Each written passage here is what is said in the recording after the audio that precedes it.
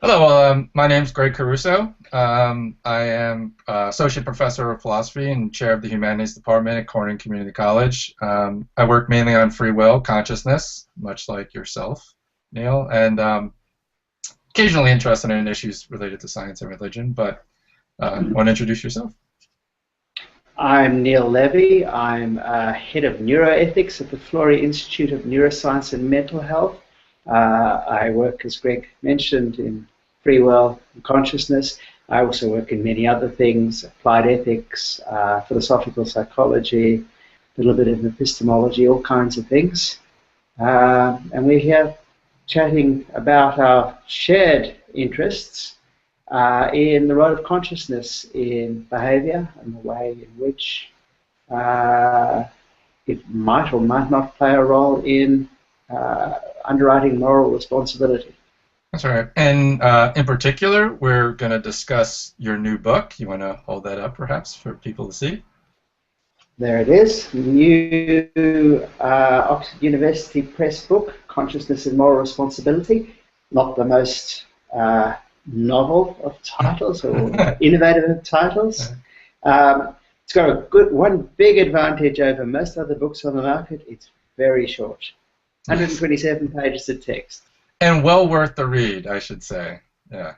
Um, so we definitely we share this interest in consciousness and in your case, moral responsibility. I have a book on consciousness and free will, and it seemed that people started writing about this sort of. There's this focus on this issue right now, but I think when I was working on my book, I started to have this feeling like there wasn't enough focus on this question.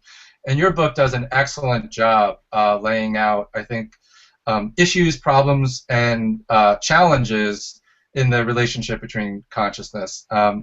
Should I start by maybe just in my words attempting to summarize some of the themes, and you could correct me and expand on that? Sure, it's always interesting to hear other people's take on Okay, your own work. so your book primarily sets out to defend what you call the consciousness thesis. And the consciousness thesis, just stated, I hope correctly, is that consciousness of key features of our actions, especially those that give it its moral significance, are required for moral responsibility. And they're required for moral responsibility because those morally significant facts are required so that they can be assessed by and expressive of the agent themselves. And along the way, you also defend the global workshop theory of consciousness, and you use that to get at what you believe is a key role that consciousness plays, and that's the integrative role in integrating representations, making them available for subsystems. If you view a sort of modular approach to the mind with these distinct and kind of disassociable components, the global workshop theory allows us to broadcast some of this information, make it accessible to many of these different systems. And it has an integrative function, and you think that integrative function is key for moral responsibility. And you focus, you do a great job looking at some of the leading theories of moral responsibility, so you spend a lot of time looking at real self theories of moral responsibility, or what you call expressive theories of moral responsibility, along with control accounts of moral responsibility, like maybe Fisher's reasons responsive guidance control model. And you argue that these models, whether they explicitly say this or not, are or at least should be committed to the consciousness thesis. And you discuss a lot of cases where we're not conscious of certain aspects. If you're talking about global automatisms, sleepwalking, and such, and then also into more everyday cases of implicit bias, and then there are cases where I think we're going to disagree.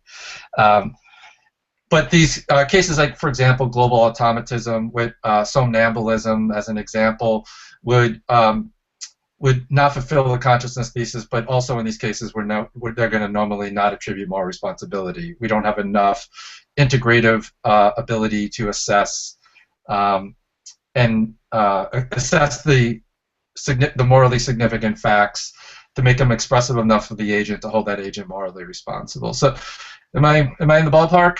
of? I think you're not just in the ballpark, but you're in the center of the diamond. Okay. That's a very good summary. Let me just say one thing. You said earlier that you're interested in free will. I'm interested in moral responsibility. Well, I didn't mean it. Yeah. I take these debates to be almost entirely extensional. Yeah. I understand by free will the power such that by exercising that power in the right kinds of circumstances, an agent is morally responsible. It's the control condition on moral responsibility. That's Sure. not quite universal in the debate, but it's near enough.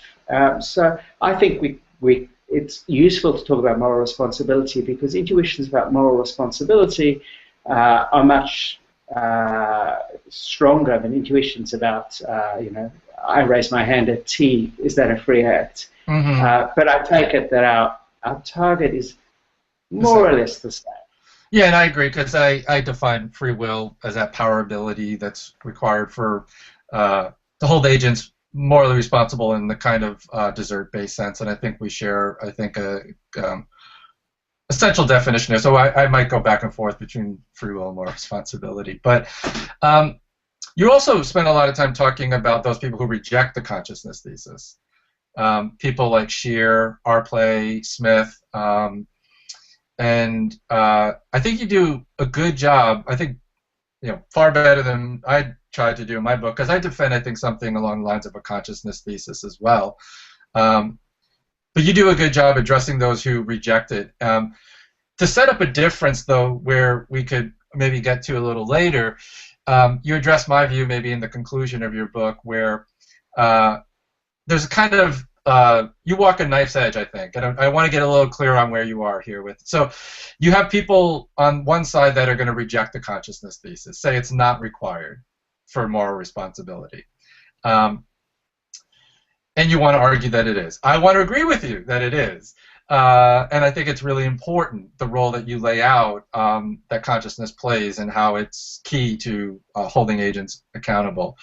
But then, at least the way you view my account, my view would be that the extent of the pervasiveness of unconscious situational features, the automaticity, the adaptive unconscious, that it might be these unconscious processes may be so pervasive that nothing ever reaches or satisfies the consciousness condition or the consciousness thesis.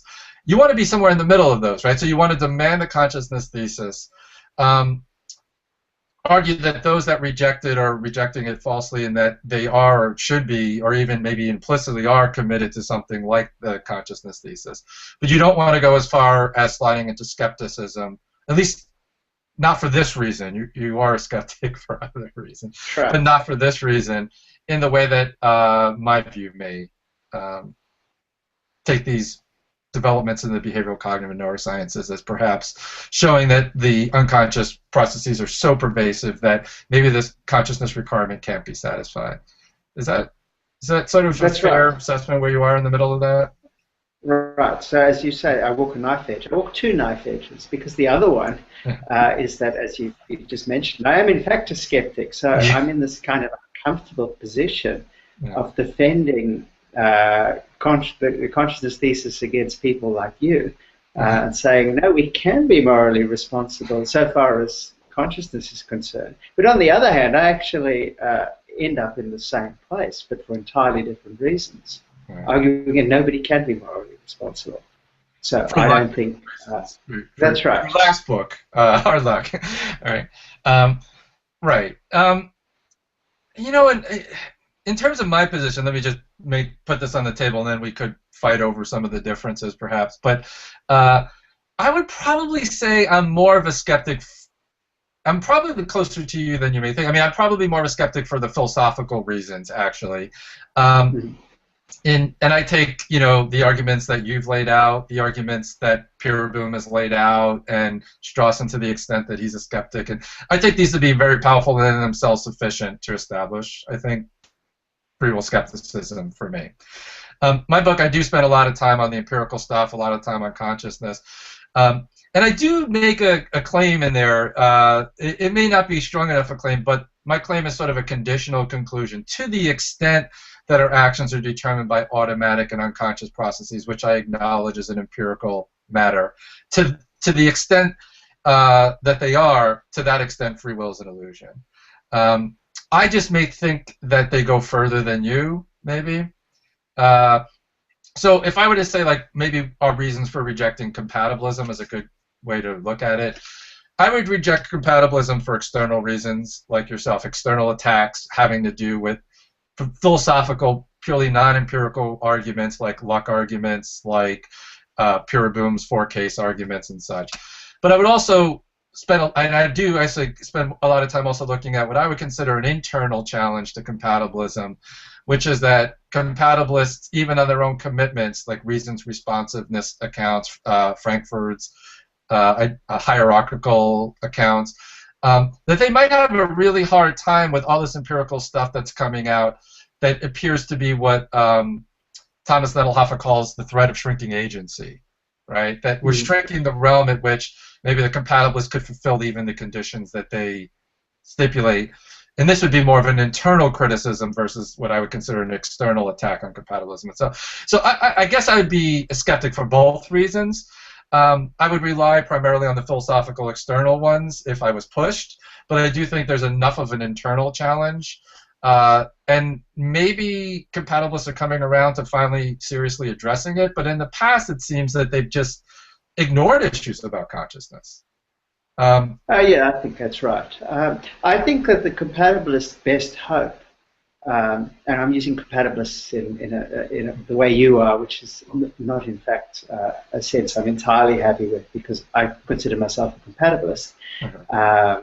So if you think that compatibilist is someone who thinks that determinism doesn't threaten free will, then I'm a compatibilist. But somebody who has compatibilism as a success view of free will, somebody who says that determinism doesn't threaten free will, and, by the way, we have free will, then I think their best hope is to resist the push to shrink agency and going in the opposite direction, make agency as expansive as possible by telling a story on which agency consists in the broad variety of processes that actually drive behavior, conscious and unconscious. And I think that's what somebody like Dennett is trying to do.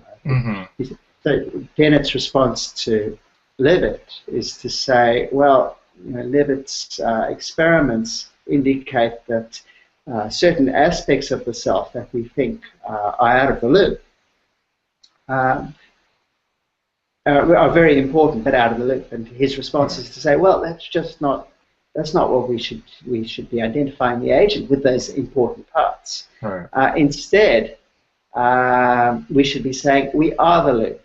Right. And to a large extent, I actually accept that story. So for me, consciousness isn't that interesting. People who hear that I'm defending this view about consciousness and as a necessary condition of free will, their immediate response is to say, oh yeah, well, consciousness is very special, it's really important, and it's essential for agency, it's essential for everything we value. There are people who take this view, people who defend it, and people who find it highly intuitive. And I don't agree with any of that. I don't find consciousness particularly interesting. I don't find it does a lot of work in what makes life valuable. And what I'm talking about when I'm talking about consciousness is something that buys you certain things rather than something that is itself all that valuable. What it buys you is the integration of all those parts that actually make up the agent. So I think it's very important at the outset to clarify that I have a sense of consciousness in mind. It's quite different from the sense of that people who think consciousness is so valuable have in mind, and that's a functional sense of consciousness. Okay. Yeah, and so like I'm glad you say that, and I'm glad to hear that because I think we actually share that. Um, as much as I write about consciousness, I pretty much view it in the uninteresting way that you might view it. And maybe let's make this clear. I think maybe at the beginning too.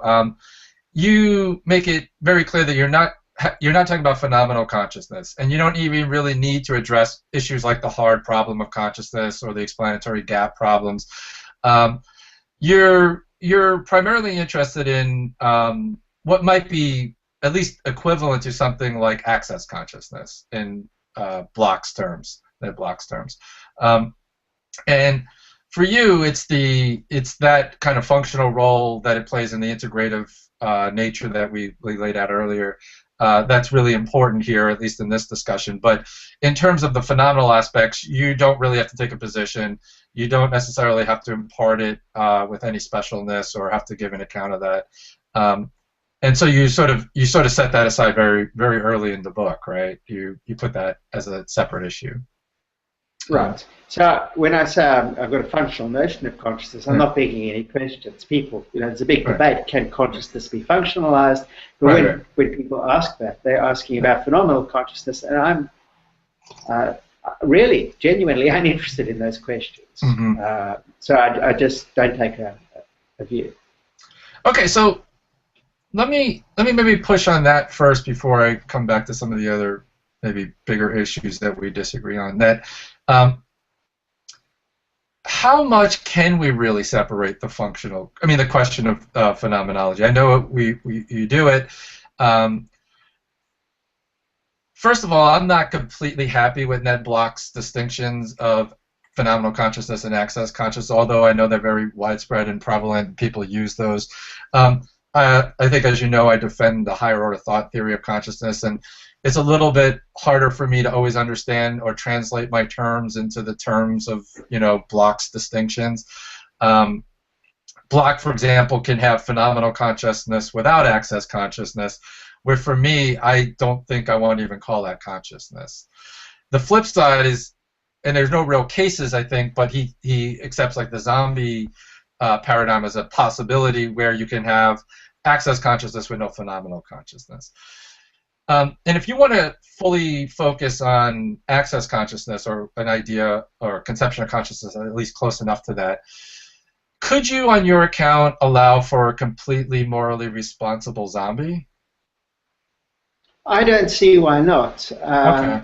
So, insofar as I think that this notion of something like access consciousness, it is very close to Bloch's notion of access consciousness.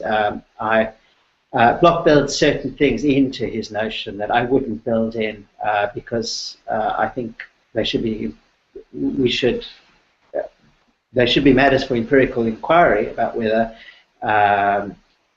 the stuff we can report is also is to play this kind of global role in behavior. Bloch just stipulates that. Insofar as that notion is doing all the functional work, then it seems to, I'm not aware of any theory in normative ethics which requires anything over and above that kind of causal role. So there's a debate about whether phenomenal properties themselves have a causal role. But insofar as they do, then they simply fall in under the same rubric. Insofar as they have, if they qualia in the spooky sense, in the kind of sense that Denner wants to reject, they may or may not exist. As I say, I don't take any position on that, but they can't be functionalized in principle. So insofar as they can be functionalized, then I think they drive the behavior of philosophical zombies. Okay. It occurs to me, to a large extent, I could drop the word consciousness. I think there's good reasons to keep it because I think there's a historical pedigree to using the word like this. This is how Freud used the word consciousness, the same way as I do, roughly anyway. He wasn't talking about qualia. And I think that's the primary way in which consciousness has been used. But you could talk about working memory instead. Okay. The contents of working memory are available to report. The contents of working memory are what the neuroscience of consciousness probes by asking subjects, can you report the stimulus or not? Mm-hmm. And the contents of working memory play the functional role that I attribute to consciousness. That's not an accident. It's because Mm-hmm. the work on working memory, in fact, I think it just is the work on access consciousness. But I could drop the terminology. Okay. But even though you think consciousness plays a minimal role, you do think it plays an evolutionarily essential role here in terms of integration. So That's right. you couldn't, for example, accept something which Flanagan once called the consciousness inessentialist thesis, right? Which is that any cognitive activity done by a particular cognitive domain that's done with consciousness could equally be done without consciousness. You don't think that's true? Conscious inessentialism. No, unless it's consciousness, a phenomenal consciousness in Yeah, essentialism. sure. But you do think Um, consciousness is essential for the integrative functions. And right. I mean, you could get an organism which is not integrated, and you could mhm. have no use for this kind of consciousness. As a matter of fact, though, I mean, evolution designs us as survival vehicles. All our genes are in it together. They've got to. There is a limited degree of defection within a single organism. You do get genes playing defecting roles against other genes, but that's very limited by the fact that they stand or fall together and they reproduce more or less together or not at all. So they've got to cooperate. So they build systems which are cooperative systems, and the way in which evolution has hit upon cooperation among the systems that compose us is through this kind of mechanism for allowing them to share information. That's the functional role of consciousness. Okay. Um, all right. So let's get into this issue. So we could distinguish at least three different types of unconscious activity, or three different ways of being unconscious of relevant facts. Okay. So we'll go, if we can, maybe we could go through these, and I think we agree on the first two. We may disagree on the last. So the first one would be global automatism, right? So here you have, as the best example, somnambulism, and these are rare cases. They're puzzling, you say, and a good example would be actually something that we both cover or discuss in our respective books, which is the Kenneth Parks case, right? So this guy in Canada, I think it was Canada, That's right.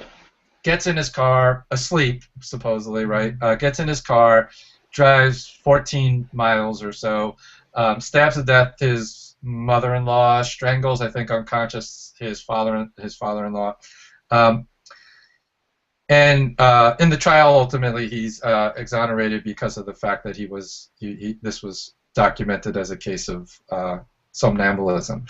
We both would say in this particular case he's not morally responsible. Is that correct? That's right. And both the lower court and the Canadian Supreme Court found him not guilty.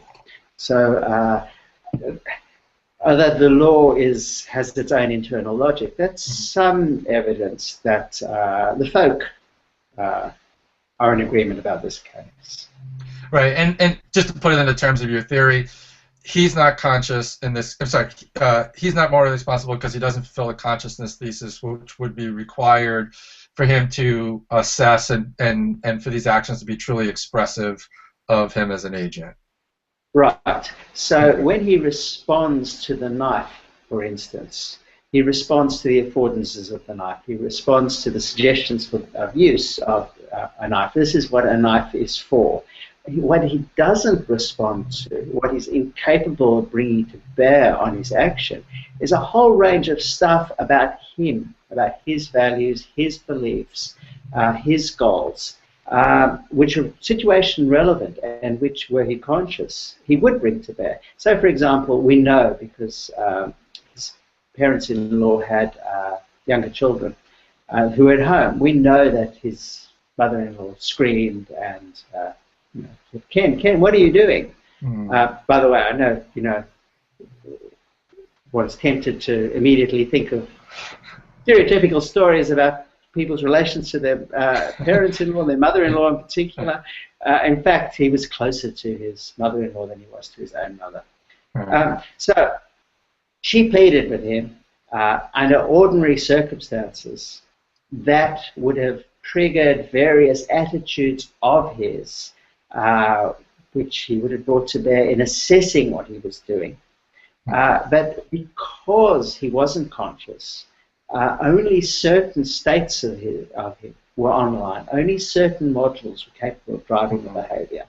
And I think there's a strong case for saying that Ken Parks, wasn't the one who was acting. It was merely subsystems in him, which are partially constitutive of him, but not expressive of him. Good. So, and you use the term action scripts. I like that term. And so he's working off of a bunch of action scripts that have been established through learning and over time to associate certain stimuli with certain responses, and the knife affords him a certain kind of. And he's doing sophisticated things. He's driving a car. He's stopping at red lights. He's turning when he needs to turn. He's not driving into things. But these can be things that are carried out unconsciously. But the thing that you think is important with consciousness is that consciousness allows us to also have more flexibility and to deal with novel situations, which isn't really present in these cases in the way that, or he wouldn't be able to deal with them in these cases because he's not conscious and aware and broadcasting it. And Right, so his behavior is driven by these action scripts, which are triggered by relevant stimuli, and then they're ballistic in the language of cognitive science. They simply run to conclusion without any kind of responsiveness to novel cues. And this case fails both of the leading theories of moral responsibility that you discussed. It would fail Fisher's guidance control because there's not that kind of counterfactual reasons responsiveness that he would be able to act on. And it fails, as you described a little earlier, it would fail the deep self accounts, I think, too, because we wouldn't ascribe this to Kenneth Parks, the person, the deep, the personal level evaluative kind of stuff. Okay, so we agree on that. So the next kind of unconscious situation could be a situation where we are creature conscious, where we're awake, we're normally conscious, but we fail to be conscious of a particular relevant fact, one that maybe gives the action moral significance.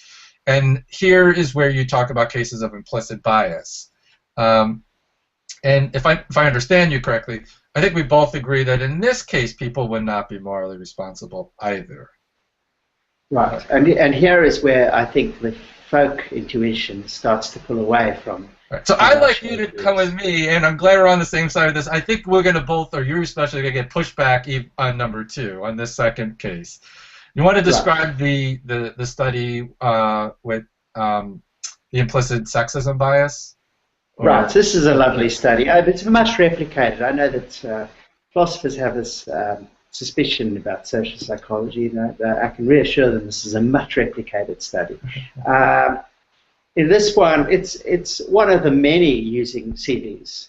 So the subjects were given the CVs of 2 applicants for the job of police chief, 1 male, 1 female. And one applicant had a lot of street experience, they'd alert on the beat, risen through the ranks. And the other one didn't have very much street experience. But what they did have, and the other one didn't, is a lot of relevant formal education. So a degree in criminology and an MBA, I don't know what. And the subjects were simply asked, well, there are several questions, but the most important are which applicants should get the job and why. But they switched the gender so that half the subjects got the male highly educated applicant and the female one lots of experience, and the other half got the female highly educated subject and the male with lots of experience. Now, in both groups, chose the male applicant. And they justified that on the basis of the qualification that that applicant had. So half the subjects said, look, formal education's all very well, but for this job, you need to have someone who's got policing in their bones and really got to understand policing. This is the job of police chief. That's why I chose the male. The other half said, look, street experience is all very well. I mean, that's great in a cop, but you know, this is a job of police chief. Yeah. You've got to liaise with City Hall. You've got to administer a big budget. You know, you need a lot of formal education. Mm-hmm. Now, both of those are plausible stories, and in fact, were you or I to, okay, I should talk about myself. Were I to be in that experiment, I could well see myself reasoning in exactly the same way. Right. The way it works is processes that bias the way in which I assess the evidence would cause me to judge that one applicant is better than another. And this kind of automatic biasing towards options is in fact an adaptive and unavoidable part of reasoning. There's lots and lots of evidence that people who can't do that, who don't have these automatic biases towards options, can't reason. And Damasio's patients are the famous example here. So there's nothing wrong with reasoning like that. In fact, it's both rational and unavoidable. So I'd be biased towards certain options. Then I tell myself a plausible story about why I'm biased towards those options, where that plausible story is itself a story to which I'm biased. So I have no access to the states which actually cause the way in which I assess options. And therefore, I don't assess that content, this is a sexist choice. Rather, what I assess against my values and attitudes and goals, principles and so forth, is that confabulated criterion. Mm-hmm. And I see that against that criterion, in fact, I'm managing my agency well. Mm-hmm. I can say to myself, gee, look, you know, I believe in affirmative action and I'd really like to give the job to a woman. But what can I do? The male is just so much better qualified, so clearly better qualified that I can't. And I think that would be an exonerating story, precisely because the sexist content of the action is not one that's accessible to me. It takes good experimentation to reveal that the choice has a sexist content. Okay, so, right. So in this case, we're not conscious of the morally significant fact, which is the sexism.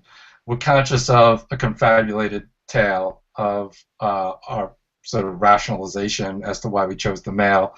And for that reason, we can't really assess it, and it can't be really viewed as expressive of the true agent. So the person is not morally accountable in this case. Right. So it's expressive of the agent, quite the content that did come up for assessment. Right. Right. Maybe they're even praiseworthy on that basis. Mm-hmm. Okay. I imagine we'll get pushback on that case because I think that you're right that begins to stress the folk psychological notion. But I'm on board with that. Okay. The third case is, I think, where you walk the knife's edge and you don't slide into something closer to my position, perhaps. The third kind would be a case where we're conscious. We're conscious, perhaps, of the facts that are relevant, but we're not conscious of how or that those facts are shaping our behavior. And this is where maybe the situational literature comes into play. So sitting at a dirty desk may lead us to make stronger moral judgments. Or playing a game in the room where there's a briefcase placed on a desk might cause me to play the game more competitively. These are actually all real experiments. Being handed a hot cup of coffee prior to having to work with a partner may cause me to evaluate that partner in warmer emotional terms. I'm conscious of the cup of coffee. I'm conscious of the briefcase. I'm conscious of the desk being dirty, but I'm not conscious that the cup of coffee, the dirty desk, or the briefcase is causing me to act or make evaluations in this way. I take it I want to say we're not morally responsible in these cases either, because they fail something equivalent, not your exact consciousness thesis, but maybe a version of something I would call a consciousness thesis, because they fail to be conscious of a certain set of relevant facts that are causing, motivating, influencing the behavior. You want to hold this group of people morally responsible. Is this correct? And so this is where we would differ, right? So my view seems to say that the pervasiveness is so broad of these unconscious influences that we can't escape them and can't meet then the consciousness thesis, and therefore all of these cases would be exonerating of moral responsibility. You want to say they're exonerating in the global autonomous states. They're exonerating in the cases where we're not relevant, let's say, of the implicit bias, which is the morally significant fact. But we are morally responsible in these other, which I think are very common, maybe so common that they're present in almost all situations, of situational influences, aspects that drive choices, evaluations, judgments that we remain unaware of. We probably also would deny are playing a role. I'd probably and in many of these experiments, they do post-experiment interviews where they ask people, do you think the dirty desk caused you to make those stronger moral judgments? And they would say absolutely not. Or were you aware that the briefcase caused you to play the game in a particular way? And they'd say, of course not. You think that we are responsible in these cases? Right. Well, I probably put it more strongly than I should have in the book. I don't want to say that these kinds of situational primes can never exculpate.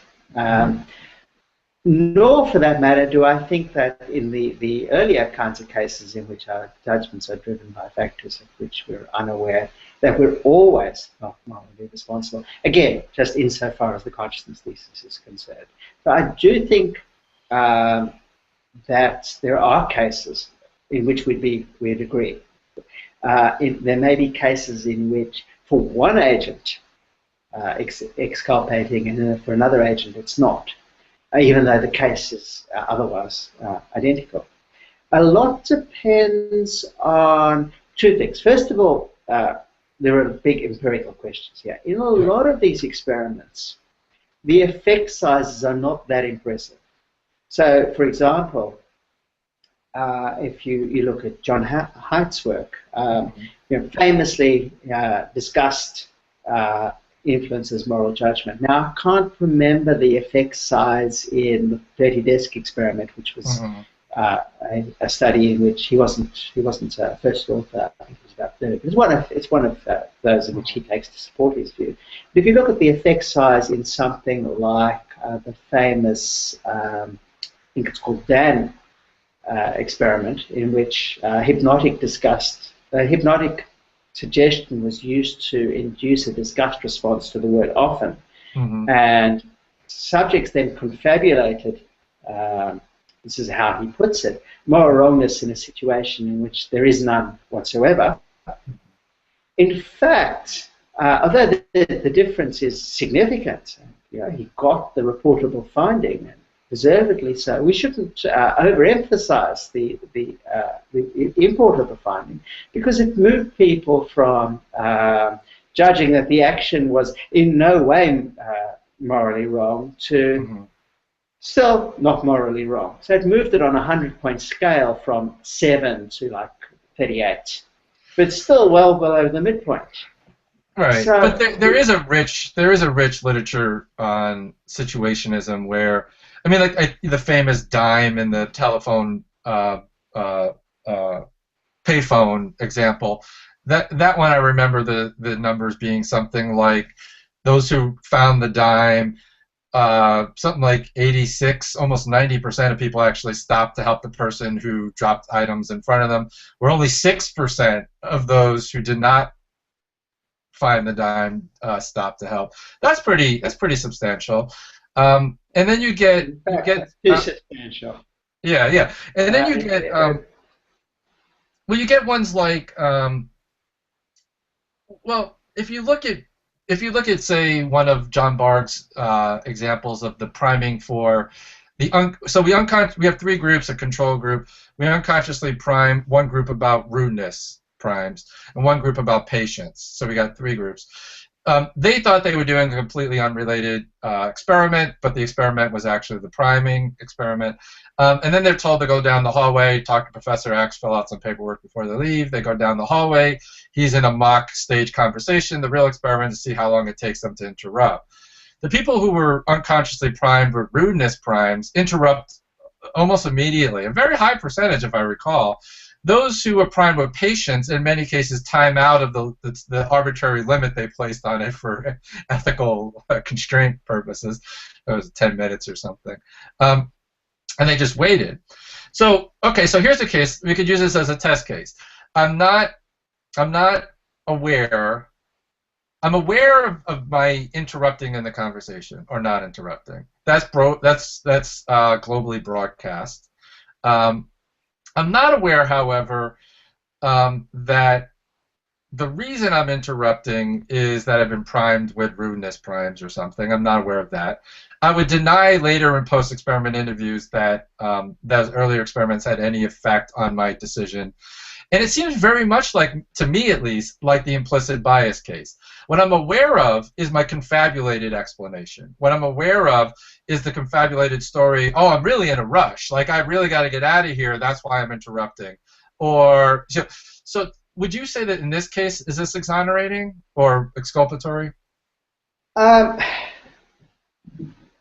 Again, the different story might need to be told for different agents. Yeah. So it's very important that the person is aware, not of why they're interrupting, but that they're interrupting, and they're aware of the significance of the fact they're interrupting. So they get the chance to assess that fact, that I'm interrupting this conversation, in the light of their values. And it is important here that the action is something that does seem to fall within the range of the morally permissible.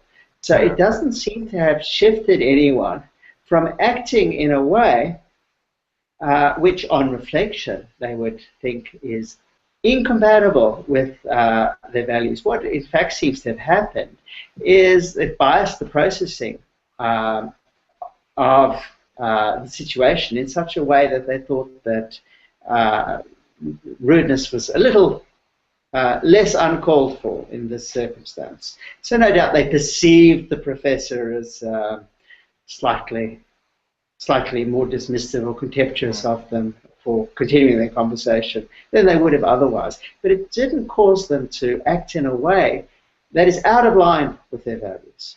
Now, I think you can get stories. Well, let me stop you for a second, though, because Sure.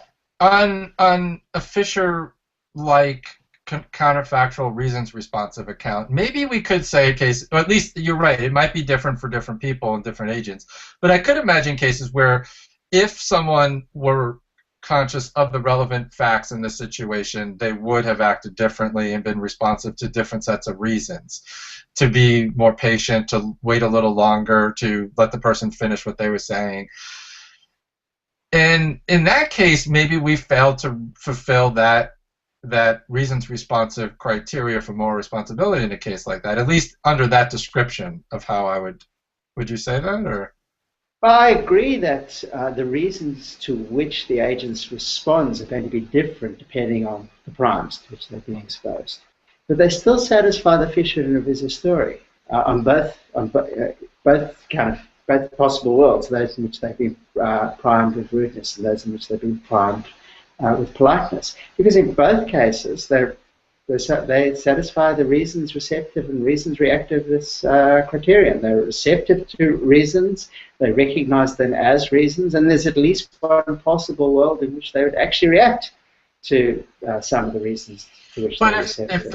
I guess for me, if the reasons are themselves sort of outside the realm of conscious access. Like in this case, the reason of interrupting might be that I'm short on time or something. So that might be my reason to interrupt, and that's responsive to, I guess, reasoning itself in some way, but maybe not if the prime was sufficient enough to suppress any countervening reasoning I would have introduced in this situation, right? I mean, there might have been other reasoning if I had not been primed for rudeness in this case, that I would have been able to be more receptive to those alternative reasons than the time constraint, and would have acted differently in that situation, would have been responsive to different reasons in that situation if I had not been situationally driven to be, Right, right. Now, so it's an empirical question. I think the experiments that come to mind as fitting the kind of description you've just given are experiments in which I think my story works. So if you think about the Good Samaritan study, yeah, that's the one. Yeah. So here people are under time pressure, and they don't respond to something that you think, especially since they're seminarians, they should take as a reason for responding. They don't respond to somebody slumped in the doorway, apparently in a bad way. They don't even, tell anyone. They don't even say, "Oh, can you check out this person, or can you call an ambulance or anything?" Now, there's some recent evidence that at least compatible with the suggestion that they just don't notice the person when they're under time pressure. So there was a recent study on the subjects were just told to jog following another jogger and count the number of times he touches his cat while they're jogging. And meanwhile, the experimenters staged an assault just off the path. And even in well-lit conditions, about half the subjects didn't notice the assault. They literally didn't notice the assault. And in twilight conditions, almost no one noticed it. And that also fits with work like the famous gorilla experiment, which people are asked to count the number of times a basketball is passed. And meanwhile, a man in a gorilla suit saunters across the court, stops mid-court, beats his chest, and then saunters off. About 40% of subjects don't notice the gorilla. Now, insofar as that's right, then this kind of case fits the paradigm of case 2 of the failing to be conscious of a morally significant fact. And then my exculpatory story just kicks in. But all right, let me push you then. I'll come back to situational context maybe in a second, but let me switch to something like ego depletion. Baumeister's work on ego depletion and others. Let's take a case that is morally significant, that's real life. There's some evidence, right, these studies that seem to suggest, I think that maybe this was done in Israel, if I remember correctly, that judges, in terms of parole hearings, would be more likely to grant paroles in the earlier part of the day. Like your best bet, if you want to be up for paroles, to be the first person perhaps to see the parole board.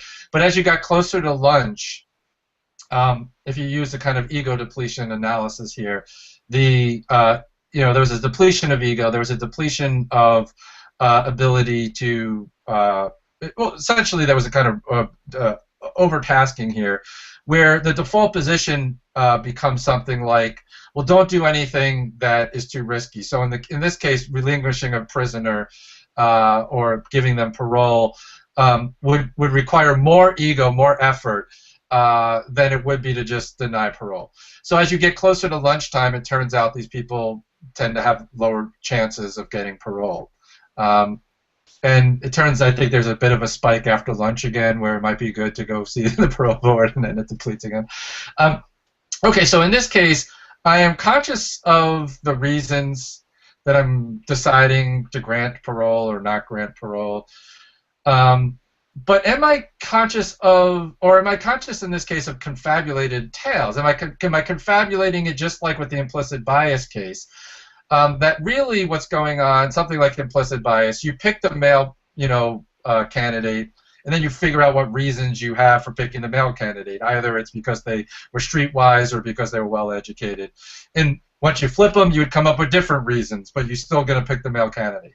Well, is it the case in this case that I'm denying parole, and then my reasons that I give myself for denying parole are confabulated reasons based on risk of this prisoner and chance of repeat crime and recidivism or something?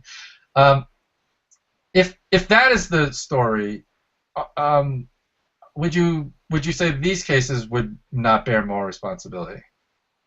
Yeah, that's an interesting case. I'm a little worried that if in this case, both of our intuitions, the sets of intuitions we both bring to bear, are going to be a little outside the mainstream, because I suspect we're both of us not particularly big fans of the criminal justice system. Yeah. So we may, in fact, think that the judges should have a greater bias towards granting parole than the judges would themselves accept. I do think it's a case like the one you've described is a possible case in which we should say that the situational factors are exculpatory. A lot depends on what is in fact going on in these cases. What are the details?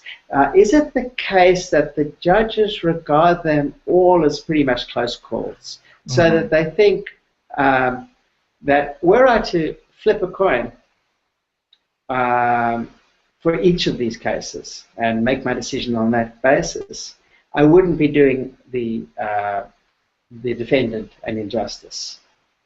I know people who defend views just like that. Anthony Duff, for example, defends a view like that. He says, if you come up before court for exactly the same offence, you're found guilty, one judge might grant you parole, another one might incarcerate you for 5 years, and it's a matter of luck which happens, but they're both perfectly acceptable responses to that set of circumstances, so you've got no right to complain. Now, if the judge accepts a view like that, then they're acting in accordance with their own values.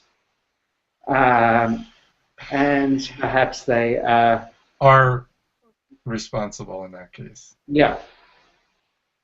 But if it's the case that the confabulated reasons, and I agree with you, that's a plausible story about what's going on, that the judge is seeing one prisoner as more dangerous, and the reason they're seeing them as more dangerous is because they haven't eaten for a while, and you accept the Bowmaster story. I don't, as it happens. They don't have enough glucose in the system to engage in ethical processing. Yeah. Then maybe there should be a story in which you're going to say that they're not acting in a way that's morally responsible. But then I wonder how well you could prevent the slippery slope slide into something like a more skeptical position for these reasons. The consciousness thesis reasons, because it seems really widespread. I mean, if you add the fact that it's about ego depletion, it's about the color of the wall, it's about the temperature of the cup, it's about whether I meet someone on a park bench or a suspension bridge, if there's a briefcase in a room or a backpack, how much confabulation might actually be going on in all of these cases to some important degree. And I wonder, you don't talk a whole lot about introspection other than to say that you sort of agree with me that there's no good reason to think we have transparent awareness anymore, or that there's a kind of infallible, introspective, immediate, transparent, infallible access to our mental states. But when you have to defend some slightly stronger account of introspection to defend the consciousness thesis against skeptics like myself, to the extent that... I don't think so. So I hope not, because I've talked about introspection elsewhere, and I'm an introspection skeptic. That is to say, I think that I think not only do we not have infallible access to our own mental states, I think our access to our mental states is largely via some kind of self-interpretive That's story, right. Yeah. some kind of self-interpretive route, rather than through looking what's going on inside. So what matters to me is not that I know what mental states I brought to bear in assessing the judgment. What matters to me is that the right range of mental states have been brought to bear, the right range of modular processes. I needn't have, and typically don't have, any good access into the processes underwriting that. Mm-hmm. So it's a very externalist story. Mm-hmm. It's a story that somebody else may be in a much better position to apply to my behavior than I am. Okay. Precisely because I'm confabulating. But then, if there's a lot of this confabulation going on, how different are these third cases to the second? I mean, it seems like what got us to exculpatory moral responsibility in the second case was that we were not conscious of these. We were conscious of the confabulation of the sexual bias or sexist bias, sorry. And not conscious of the bias itself, which would be needed to jive with my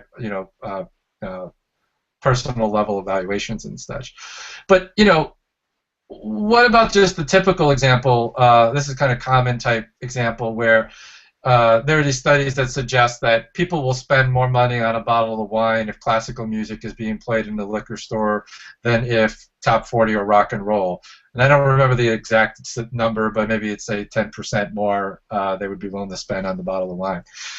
Let's say, okay, so here, let me see if I can spin one on the fly here. So let's say I'm generally the real selfie, right? Let's say I'm generally the kind of guy that people expect is going to bring a bad bottle of wine to dinner.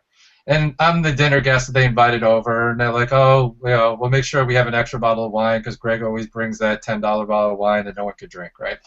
But today I go in and the classical music's playing. I'm looking at the shelf. I'm aware of the more expensive nature of this bottle of wine compared to the one sitting next to it. But I decide today I'm gonna buy the more expensive bottle of wine. Now we could say if we're looking at it in this way, if I'm describing it, that the reason I'm really spending the more money is because of the situational influence of the classical music, right? Am I praiseworthy in this case where I go to the dinner party and I bring the more expensive bottle of wine and I'm like, oh, Gregg, whoa, what a great bottle of wine you brought today, right? And normally they're expecting one thing, but today I seem to, have stepped up and actually brought a drinkable bottle of wine. Do I deserve that praise for that in this case, which I guess we could see as a moral action of some sort? Even though I'm conscious of the reasons that I was thinking of when I decided to buy a more expensive bottle of wine, I'm not conscious of the fact that, I'm not conscious of the fact that it's the classical music. I'm also maybe conscious of the confabulated story that I might be telling myself at that moment of why I want to spend more money today, and not truly aware that in a counterfactual situation where there were different music, I would not have had those. Is that a case where you would say it's praiseworthy? So I think it's very important that this is a very empirically driven view. Yeah. I'm going to claim that cases like this are not cases in which the situational primes are very rarely cases in which we can get you to act out of character. So here's the case I described it, so I am. Well, that's disallow the case. I think I'm rejecting your description of the case. Yeah, you might. After all, it's a 10%. It could be plausible. I mean, it could be a plausible case where, I had a friend who used to bring cheap bottles of wine all the time. If he brought a nice bottle of wine, I might think, wow, what a great thing that he did today. Not as normal, self, it seems. The effect size as you described it is 10% more. So, the $11 bottle of wine is not that much better than the $10 bottle. All right. And you're not acting out of character. But I don't think we can. It's rare that a situational prime will cause us to act out of character, except by bypassing our assessment of the nature of the act in which we're engaged, rather than by causing us to confabulate the reasons for which we're acting. Okay. It's also one thing I did want to mention is the story I'm telling, and I think the story you're telling, is a story about direct moral responsibility. Yeah, that's right.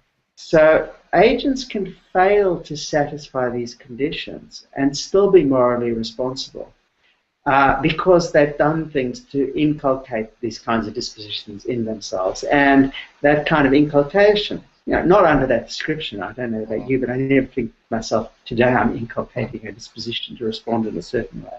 But still, I'm aware of what I'm doing, and I'm also aware consciously that what I'm doing has certain downstream effects on my character.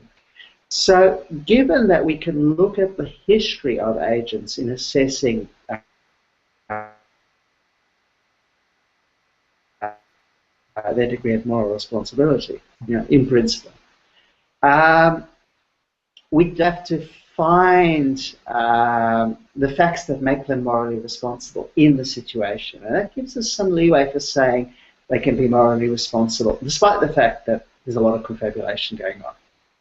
Okay, I mean, I guess I wouldn't run this objection. They're responsible for the way they respond. Okay, yeah. I guess I wouldn't run this objection because it's not something I agree with, but I imagine there are people out there who could question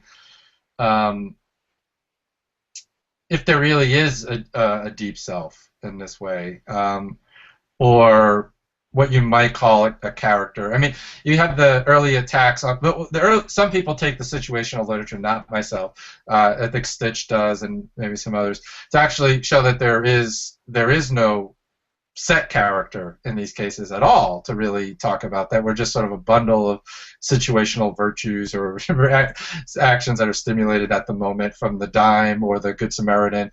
I don't think I'd go that far. I mean, I wouldn't maybe push that line, but it does seem that if that case could be made, then I think we might be in trouble in some of these. I mean, combining the stuff that we're pushing and the argument we're giving, despite our slight differences on the third case, combined with that kind of skepticism would really wreak havoc, I think, on either of the prevailing theories of moral responsibility, or at least definitely the deep set, the self accounts. Right. Right. So it's important to me. I don't know what character means, but it's important to my story that people have relatively persisting and relatively stable sets of goals and principles and attitudes. If they don't, then it can't. My story, on which it makes a lot of difference, whether they've assessed the action in the light of those goals and principles and attitudes, just doesn't get a purchase. Mm-hmm. So if the situationist story, does undermine that claim, then I'm in trouble. Okay. Of course, I'm not in the worst trouble in the world because I'm forced to skepticism, which is where I started. So, and okay. I have never relinquished. So we're getting towards the end because I think we're getting past our time. But can you just? I'm curious. So, what was the motivation for writing this book? Given that you already are a skeptic, you've made a very strong case. I think a very persuasive case in Hard Luck for why there can't be moral responsibility, and it doesn't depend upon determinism or even any of the scientific accounts. Why take this line to defend something like the consciousness thesis? Is it because you feel like there's something in the literature is being missed here, or is it should we be paying more attention to consciousness in terms of questions? Or, well, I'm just curious why take this line? And it might be hard for a reader who doesn't know your general overall position to mistake you arguing in favor of a very, kind of compatible, well, a very positive account of moral responsibility in this book. Yeah, so, in discussions of this book, I always just find it easier to pretend I'm an ordinary compatibilist. What's the motivation? Well, there are two sets of literature which I'm responding to. One is the work coming out of social psychology and cognitive neuroscience on consciousness, which has been interpreted by a lot of people as showing that because we're not conscious of our volitions, we're not responsible for our actions. And then there's this whole literature replying to this stuff. So, Al Neely, for example, has a whole book on this. It's a very nice book, but I'm puzzled by the motivation in replying to it, because it never seemed to me where the action was. Mm-hmm. I never thought it was important to reply to Levitt or Wegner, simply because the role that they say consciousness can't play is not a role that I think it ever needed to play. So I wanted to try to reorient the debate insofar as you worry about the neuroscience of consciousness and work on agency coming out of social psychology and cognitive psychology. I think there are more interesting things to talk about than Levitt. So that was one motivation. The other is entirely independent, very unempirical literature on new elaborations of the real self view. Because, George Scher, I think, says that most philosophers have thought consciousness was necessary for moral responsibility, but they never actually talked about it. They just kind of gestured towards it and said, oh, yes, of course, consciousness. But then recently, people like him and Naomi Arpely and Angela Smith and Tim Scanlon have started to actually look at it, and they've looked at it and said, well, actually, it turns out it's not important. But they, on the other hand, actually do cite the more relevant cognitive science, but they cite it in a completely throwaway line. So I wanted to actually say, okay, here is the cognitive science that's relevant. It really is the stuff of confabulation of reasons, just as somebody like Arpely says, or the stuff on implicit attitudes, which I know Angie Smith is working on very interestingly right now. But let's see what it actually says and situate it inside the broader context of the cognitive neuroscience and the social psychology, which is a very rich literature on conscious processing. And it's only in that context, only when we have that empirical background, that we can actually start to make some progress on these questions. Yeah. Well, yeah, I think I think your book is a great contribution to that literature and refocusing, because it does seem to me that whenever the scientific challenges to free will are discussed, it's always the limit, it's always the neuroscience. Whereas I think a lot, for my money, a lot of the more interesting stuff is the stuff that you're writing about in terms of the the social psychological literature and implicit bias and situationism, automaticity, and stuff. So, if anything, I really hope that your book brings attention to those questions and at least gets people thinking. I mean, it does seem that there's two different sides that need to address your challenge, and I think the Shears, Smiths, and those people who deny the consciousness thesis have, I think, to really take the consciousness thesis seriously. And I think compatibilists who have largely just sidestepped issues about consciousness because they thought they weren't relevant, probably because they've already thought, well, we've already established or taken for granted or argued for the fact that determinism is consistent with free will, and this is just further proof of determinism, like unconscious processes are taken for them perhaps to be just further evidence that there are deterministic causes for our actions. But since they weren't worried about that in the first place, they don't really need to be worried about this new literature.